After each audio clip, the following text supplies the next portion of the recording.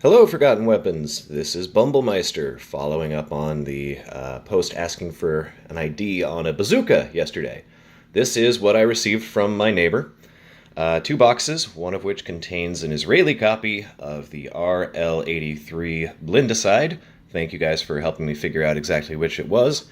And an ammo case, which my neighbor had said contains 3 dummy rounds for it. So, let's look inside and see what is actually in here, and what all bits we have.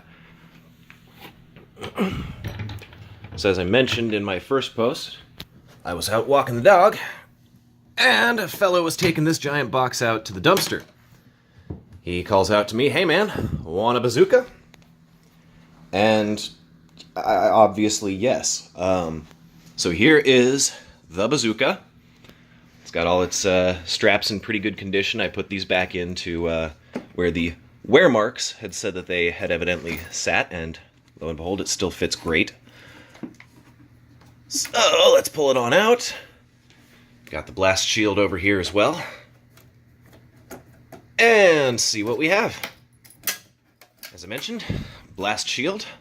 Apparently this is the Belgian pattern, and I'm holding it upside down. It would actually be like that. So let's get that on and everything in here. Got a round marked dummy, and this newspaper is not of historical provenance. It's from 2006. So dummy round. Let's have a look at that for a second. It's got a funny peg here. I'm not entirely sure how that's supposed to function, but it's got a spring on it, so that's cool. And that also attaches to what looks like a pin, like you would have in a grenade, which is also in turn affixed to this funny base plate, which is clipped between the fins. This all pulls apart. There's a little crack in the plastic here, and this comes up. From what I've seen online, this does not look like round that this thing would actually fire, but it does actually kind of fit pretty well into the tube. So, not entirely sure how this is connected or would work with this, but there we have it. That is ostensibly a dummy round for it. Looking at the weapon itself, you can see that it's a folding type. We've got a plaque here, which has some Israeli text on it, which matches with the box, which has some block printed Israeli text as well. That plaque, I cannot read it all, but there is a 22 on it, serial number 104366, which is not far away from the serial number on the box, 104342.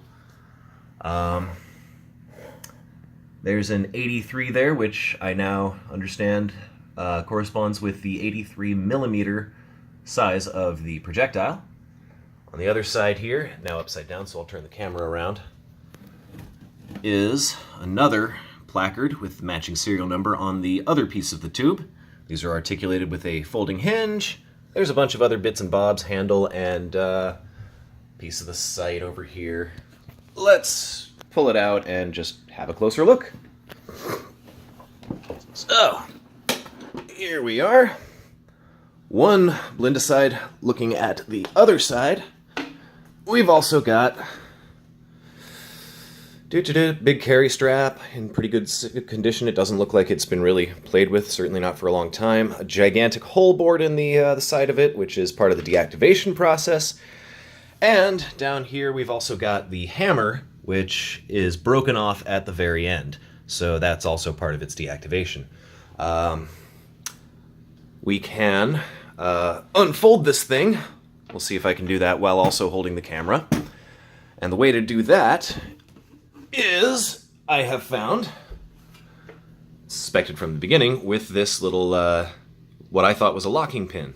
There's also some little rubber bumpers, but these are pretty degraded and splintered. This pin spins a little bit, doesn't really move or slide, but I found out that by pushing it down, it actually acts as a locking detent. So, boom, push that down, and that exposes this little tooth here that holds it into place. That allows us to now hinge it open, and let's do this carefully. Woo! That was a little faster than I wanted it to be. But there we are. It is now unfolded. And we have, ignore the beer bottles, that's for my home brewing. We have another hole in there, probably part of the deactivation too. Our full Blindicide. Let's just get the full view on it there. This thing is big.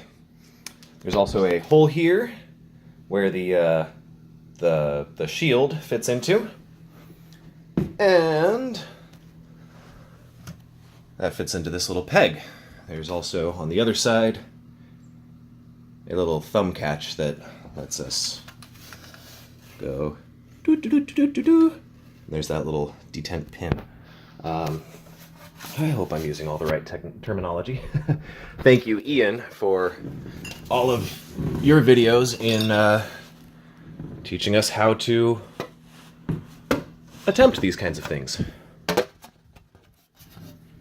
Up we go. This fits in right there. And I don't want to push on it because I've just got one hand and this is leaning up against the wall and I'm liable to drop it.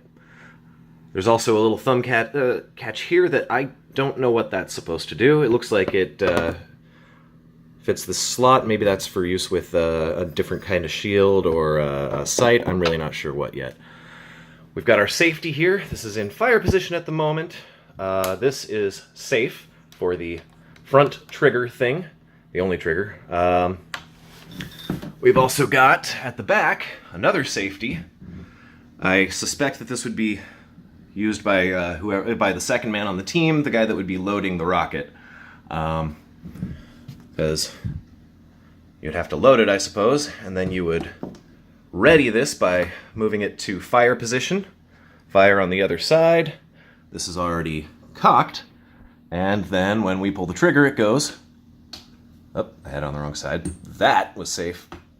This is fire. When we have that ready, it just goes click. And there's the broken firing pin. Can push that back easy enough. And as I mentioned, when this is safed, this doesn't allow the fire pin to drop, but you can still have a little bit of wiggle in the trigger. Then when the trigger, the handle safety is enabled, this doesn't move as much. So there's kind of a redundant system, two safeties, one for each part of the team that would be operating this. We've also got the folding handle here for the front. This is a telescoping monopod type, which is, I also understand, the Belgian design. I think that I've seen some other versions with different kinds of handles. These have been used for a while, and there were some updates, I think. But that extends down via this little push pin. It's all spring-loaded and rather tight. And then this one allows you to extend the monopod. So let's try to do that. There we are. And that locks on any of these little positions. It's also got a little claw and spike for digging into the dirt. So there's that. Taking a look at the sight. There we are. We've got a 4-position sight that I understand goes from 1 to 400 yards. 1, 2, 3, and 400 yards. That would, you'd arc it up. And that interacts with the little bead on the offset post down here at the end.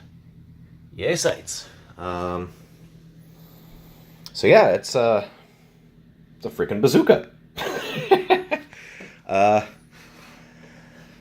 And there's the dog that I was walking. Hey Brody. So yeah, there we have it. One RL-83 Israeli copy of a Blindicide. Boom. So I hope you guys enjoyed this. This was fun for me to attempt to do a rudimentary video on this. There we go. Have a good one, guys.